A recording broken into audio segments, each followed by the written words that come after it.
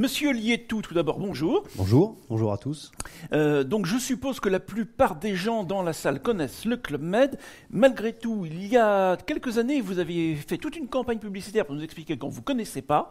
Donc je vais vous laisser vous présenter, parce que vous êtes quand même présent dans 39 pays, avec 70 villages, donc c'est quand même une belle société. Oui. Alors, comment se présente aujourd'hui le Club Med? Parce que vous avez un petit peu changé depuis l'époque des 30 Trigano dans des champs. Exactement. Donc effectivement, aujourd'hui, cette année, le Club Med va fêter ses 70 ans.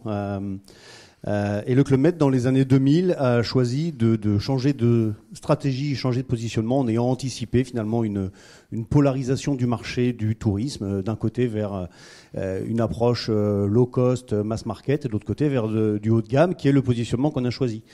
Donc le Club Med, voilà, un groupe international présent, vous l'avez dit, sur tous les continents, des pays de vente, mais aussi les villages, parce que notre cœur de métier et notre business, c'est vraiment l'exploitation des villages, et notre volonté, c'est d'être spécialiste des vacances, tout compris haut de gamme, pour les familles et pour les couples, avec une dimension, vous l'avez peut-être vu dans les campagnes de publicité récentes, une approche vraiment tournée sur la montagne l'hiver, on connaît les sports d'hiver, mais aussi la montagne l'été. Donc c'est 1,6 milliard de chiffre d'affaires, en croissance en 2018. Je vous donne les chiffres de 2018, ceux de 2019 ne sont pas publiés. C'est 1,4 million clients annuels qui viennent dans nos villages, et c'est 23 000 employés. Donc c'est finalement assez considérable, et tout notre capital et toute notre force, en fait, elle est sur l'humain. On y reviendra un petit peu. Nos orientations et notre approche, elle se fait vraiment autour de cette dimension des équipes, donc les géos, dans nos villages.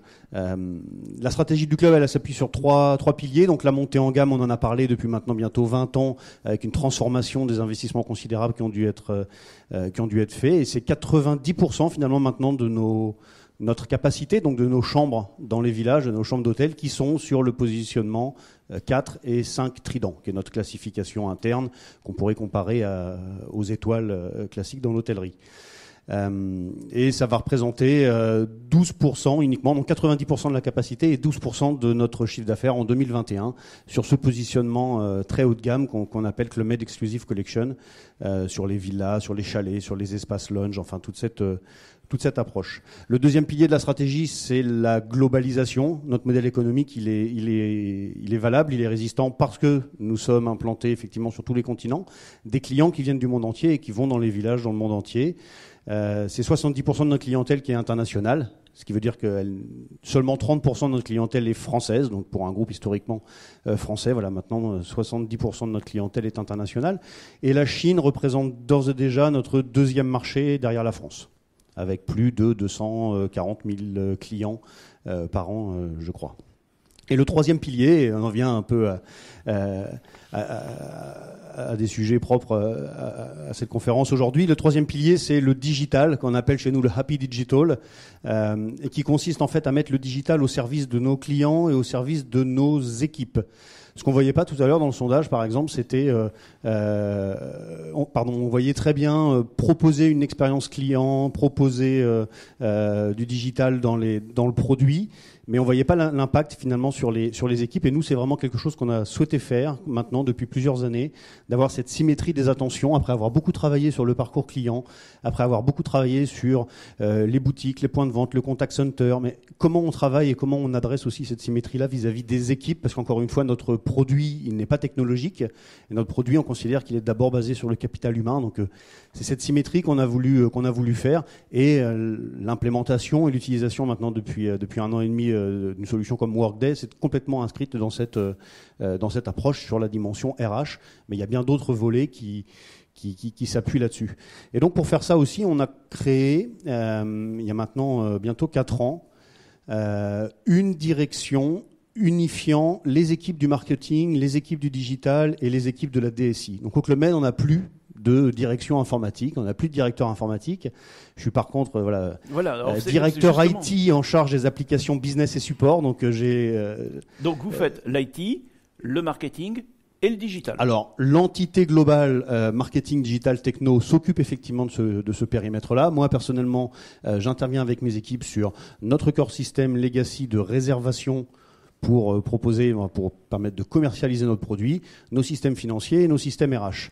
Mais effectivement, nos équipes ont été réunifiées avec les équipes du marketing du digital, et l'approche qui était derrière, c'était vraiment de mettre le métier avec les équipes IT, de mettre un peu de marketing dans les dimensions technologiques, et puis de mettre de la techno et du geek dans l'approche marketing plus classique. C'est vraiment une volonté de se positionner en business partner à l'intérieur de l'entreprise vis-à-vis de nos utilisateurs, de nos directions commerciales, de nos directions opérationnelles, pour vraiment accompagner cette transformation digitale à tous les niveaux, encore une fois parce que notre produit n'est pas technologique, mais qu'on doit évidemment proposer le meilleur du digital et ce qui existe aujourd'hui en étant à la page avec deux approches, une approche qu'on appelle en anglais de smart follower et une deuxième approche de pionnier. Smart follower voulant dire qu'on ne va pas aller réinventer, on ne va pas aller révolutionner les choses, mais on va aller s'inspirer de ce qui existe, on va aller utiliser des solutions qui existent sur le marché et d'en tirer évidemment le meilleur avec une implémentation rapide, par exemple, avec une maîtrise du modèle économique, pourquoi pas. Et puis sur la dimension pionnier, continuer à proposer des éléments qui peuvent être un peu dans la disruption. Voilà, ce terme est un peu moderne, mais voilà. Le Club Med a inventé la digitalisation du paiement il y a maintenant plus de 50 ans avec les colliers à boules à l'époque, avant Apple Pay. Donc, qu'est-ce qu'on est capable de proposer en termes d'expérience digitale pour nos clients et pour nos équipes de cette nature-là? C'est tout le sens de cette entité à laquelle j'appartiens, qui réunit les équipes métiers et les équipes IT. Rassurez-moi, les colliers à boules maintenant sont digitalisés. Maintenant, on paye, la formule est tout compris, donc on paye plus, on n'a plus besoin de payer au bar. Mais par ailleurs, on a effectivement, grâce aux nouvelles techno, par exemple, un bracelet connecté qui nous permet de réserver des soins au spa, de faire ses achats dans les boutiques, d'ouvrir sa porte de chambre, d'ouvrir son casier à ski. Donc voilà. Et là, c'est vraiment une très bonne illustration, un très bon exemple de ce que le digital peut apporter à nos clients et à nos équipes dans la facilitation finalement de la vie en village et de la consommation de notre produit. Alors, il y a 15 jours, ici même, on avait le DSI Group de la SNCF qui, lui, va de Socrate, donc la réservation des places dans le TGV, jusqu'à Oui SNCF et son chatbot. Alors, vous n'êtes pas de la taille de la SNCF encore, mais ça va venir, hein, vous rassurez-vous.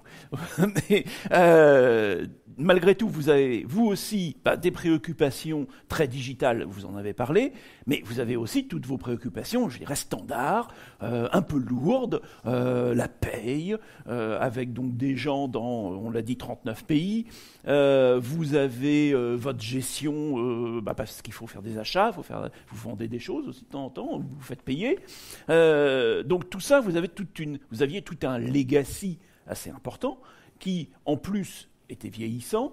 Donc comment vous avez abordé cette question-là? Est-ce que vous l'avez apporté par morceaux, de manière globale? Comment vous avez fait? Alors effectivement, cette approche par morceaux, séquentielle, c'est évidemment celle que nous avons adoptée et qui va se présenter, j'imagine, à bon nombre d'entre nous, et aussi par les contraintes de budget, les contraintes de timing. La première chose, c'est que nous avons la chance, à la différence de ce que Jérôme présentait tout à l'heure par exemple, nous avons la chance, nous, je ne sais pas si c'est une chance, mais de ne pas avoir eu de croissance externe. Ce qui veut dire qu'on n'a pas racheté d'entreprise, le Club Med n'a pas connu cette croissance-là dans les dernières années. Donc nous n'avons pas eu 4 systèmes de réservation à faire fusionner, 5 systèmes de gestion RH, 3 systèmes financiers.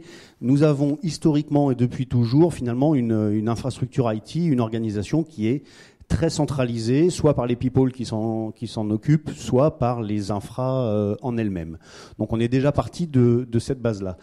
Ce qui nous a permis, il y a maintenant un petit peu moins de 10 ans, de sortir du monde mainframe sur notre système cœur de résa central, en le portant sur des applications, sur des architectures open. Et pourquoi je prends cet exemple-là, c'est que lui nous a permis de commencer réellement à faire cette approche qui était présentée juste avant, d'ouverture vers les API.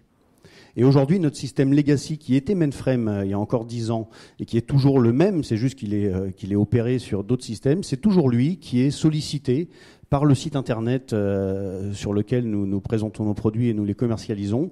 C'est bien toujours in fine dans ces architectures-là que se fait le cœur de nos transactions. Et là, effectivement, on est loin du cloud. On a cette forme de gestion. Par contre, sur d'autres métiers, je parlais de smart follower tout à l'heure, et notre approche de transformation digitale, on la qualifie, nous, d'opportuniste. C'est-à-dire que nous n'avons pas une volonté forte de tout passer dans le cloud à l'horizon 2022, ou on n'a pas une roadmap en ce sens, mais c'est vraiment à chaque fois une rencontre entre une maturité du marché, qui est quand même très fortement poussée par les éditeurs évidemment, un modèle économique, un modèle de gestion, une adéquation avec nos besoins et avec la volonté qu'on a de transformation. Elle a été très forte sur la dimension RH. C'est à chaque fois cette approche-là, mais qui nous fait choisir ou pas d'aller vers des applications qui vont être dans le cloud. Évidemment, dans ce cas de figure, elles vont apporter tout de suite un effet de modernisation, en tout cas en façade, mais il est vrai que le cœur de l'architecture qui est derrière doit être modernisé, même s'il s'appuie sur des briques legacy, et c'est un composant indispensable en fait à la réussite de ce genre de transfo. Alors, vous les avez multipliés, en plus, les applications, en plus. Alors, l'opportunisme, certes, mais enfin, ça a été quand même un certain nombre de fois le cloud qui l'a emporté, donc la sortie aussi de votre système. Donc, en gros, aujourd'hui, vous avez toujours votre système Reza, vous l'avez dit, on-premise, mais votre bureautique, bon, c'est du Office 365, donc du SaaS. Toute votre gestion, c'est du Dynamics. Et votre GRH, on a dit, c'était du Workday. Donc, tout ça, c'est du cloud. Oui. Et donc, à chaque fois, c'était simplement, vous vous êtes dit, vous avez fait une étude de marché, et vous vous êtes dit, à chaque fois, le cloud, c'est la meilleure solution. Avec une approche aussi orientée time to market, c'est-à-dire comment faire pour pouvoir implémenter rapidement. Alors, rapidement, évidemment, c'est à prendre avec des pincettes dans le monde de la transformation digitale et dans l'implémentation de l'application, mais 5 ans, c'est pas possible. On n'a pas 5 ans on a des comptes à rendre, et notamment un actionnaire chinois qui, lui, vit une transformation digitale où tous les matins, les applications qui se transforment. Donc, on peut pas présenter des roadmaps de transformation sur 5 ans. C'est pas possible. C'est ce qu'on nous demande d'arriver à proposer. C'est qu'est-ce qui se passe en décembre prochain pour l'ouverture de la saison hiver et pour l'ouverture des nouveaux villages de montagne, par exemple. Donc, on a besoin d'aller vite, et c'est vraiment là cette approche-là qui nous a séduite. C'est également, en fonction des applis, un besoin d'accessibilité. Ça a été évoqué tout à l'heure, l'approche de mobilité ou de nomadisme. Ces applis-là, finalement, maintenant, sont facilement, je ne dis pas que c'était impossible sur des applis legacy, évidemment, mais sont facilement, voire très facilement, accessibles par des utilisateurs qui, eux, sont en mobilité. Sur leur smartphone, tout le monde en a un maintenant. Et quand on prend la transformation RH, ce qui est assez incroyable et qui n'existait pas avec nos systèmes RH précédents classiques en legacy, c'est que tous nos 23 000 employés, y compris des femmes de chambre, y compris des serveurs dans les restaurants, ont un accès au système RH. Auparavant, toutes ces personnes-là étaient évidemment connues du système RH, mais n'avaient pas d'accès nominatif. C'était le responsable RH ou leur manager qui s'en occupait pour eux.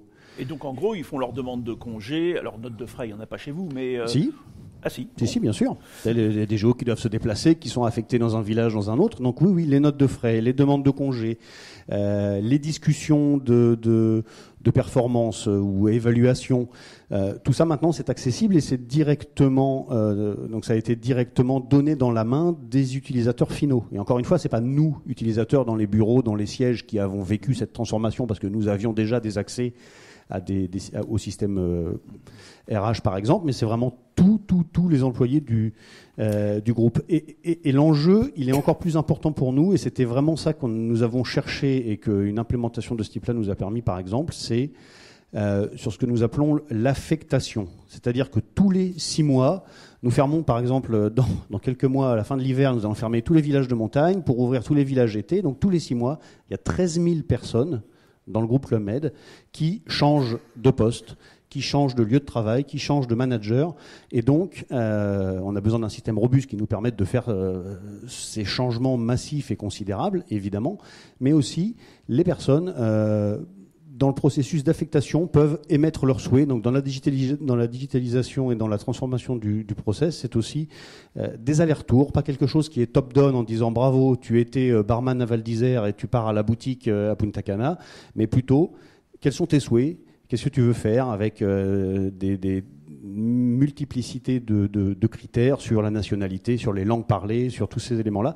Et donc, il y a vraiment une vraie interaction et une transformation. Et donc, l'employé se sent maintenant, finalement, propriétaire, acteur de son développement, de sa carrière. Et c'est vraiment un des bienfaits. Alors, il y a malgré tout une question, avant qu'on passe justement à la question Eval, c'est à votre commentaire sur cette question. C'est très bien. À Val d'Isère, a priori, ça devra à peu près marcher. Je dis bien à peu près. Au fin fond, alors vous n'êtes pas toujours au fin fond, vous êtes plutôt sur la côte, mais de l'Afrique ou de l'Asie, peut-être un petit peu plus compliqué d'avoir un accès Internet digne de ce nom. Et même à Val d'Isère, d'ailleurs, comme je le disais, c'est parfois un peu compliqué. Donc comment on fait quand on a un applicatif SaaS pour finalement y avoir accès ? Alors évidemment, c'est un enjeu. Enfin, l'accès à Internet, l'accès au réseau, la bande passante de qualité, c'est réellement un enjeu. C'en est aussi un pour nos clients. On se doit de fournir des accès et du Wi-Fi confortable à nos clients parce que c'est ce qu'ils vivent à la maison et c'est ce dont ils ont besoin. Et toujours avec cette symétrie, c'est aussi ce dont nos employés ont besoin pour le système RH, mais aussi pour l'ensemble des applicatifs auxquels ils sont confrontés et qu'ils utilisent tous les jours. Donc l'enjeu là de l'accès, effectivement, du transfert des données, de la gestion de la bande passante, c'est effectivement quelque chose sur lequel on est très très vigilant, qui est parfois très sensible. Et il y a quelques destinations, quelques localisations dans le monde où c'est particulièrement compliqué, et je parle même pas du bateau. On a un bateau de croisière, le Club Med 2, donc qui navigue, et quand il traverse l'océan, là, pour la fibre optique, c'est un peu plus problématique. Oui. Ça, c'est un vrai enjeu. Ce que je peux dire là-dessus, c'est que par rapport à une architecture, et celle qu'on connaissait encore il y a quelques années, une architecture réseau qui était basée sur de la ligne dédiée, sur du réseau MPLS,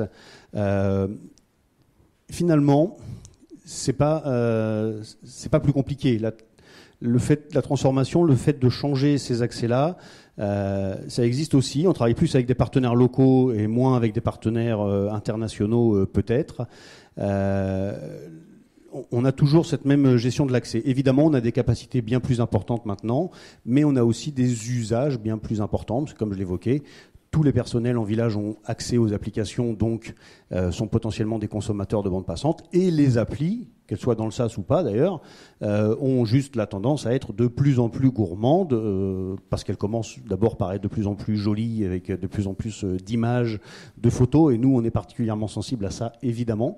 Mais donc on est confronté à une augmentation naturelle du trafic et de la consommation réseau, mais également à une augmentation liée purement à la gourmandise des applicatifs. Et là aussi, le SaaS, le cloud, puisqu'il est nativement déporté sur cette connectivité à l'Internet, les éditeurs ont plutôt tendance à être vigilants, à faire attention et à considérer ces éléments-là et à proposer des solutions adaptées.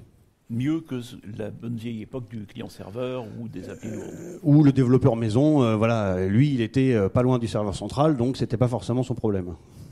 Effectivement. Aurélie, a-t-on les réponses à la question Evals ? Tout à fait. Donc, je vais attendre qu'elle s'affiche. Voilà. Donc, quelle stratégie privilégiez-vous pour moderniser le portefeuille applicatif ? Et on a deux, les A et les C, qui sont bien en avance. Donc, on a remplacé tout ou partie des outils on-premise par du SaaS. Donc, c'était la réponse A. La réponse C, également à 38%, étant des applicatifs existants à travers des API, des outils, du low-code, etc. Et puis, juste derrière, on a 24% mettre à niveau des solutions sur le plan technologique, donc là, juste de la montée de version, du changement de la base de données, des choses comme ça. Et puis, nous pouvons voir qu'il y a un beau 0% pour « nous n'avons pas prévu de changement majeur ». Donc là, au moins, nous avons prévu d'avoir du travail, en fait. Voilà, les gens aiment effectivement avoir du travail. C'est pas la retraite tout de suite. Donc, Monsieur Lietou, un commentaire sur ces réponses. Concrètement, j'ai l'impression d'avoir voté, en fait. Quand je parlais tout à l'heure de notre approche opportuniste, elle est bien là. On n'a pas une stratégie toute vapeur sur du cloud à tout prix, par exemple. Aujourd'hui, nous sommes, et ça illustre bien le panel qui est là aujourd'hui, nous sommes confrontés à l'ensemble de ces changements-là, avec des montées de versions classiques, standards, et qui sont jamais réjouissantes, et sur lesquelles il faut faire un gros travail là aussi de recherche d'opportunités dans les nouvelles fonctionnalités, par exemple, qui vont pouvoir être apportées. Je me retrouve complètement là-dessus, et c'est vrai que cet équilibre, il est pour le coup logique, et il s'explique. C'est-à-dire, assurer la question B, c'est d'assurer un legacy qui soit robuste et qui soit existant. Le C, c'est de permettre de faire en sorte qu'il soit consommable et qu'il soit interopérable avec des applications qui, elles, vont de plus en plus être en SaaS. Aussi parce que les éditeurs, de plus en plus, ont tendance à ne proposer que ce genre de solution. Très bien. Monsieur Liétou, il ne me reste qu'à vous remercier. Merci. Merci beaucoup.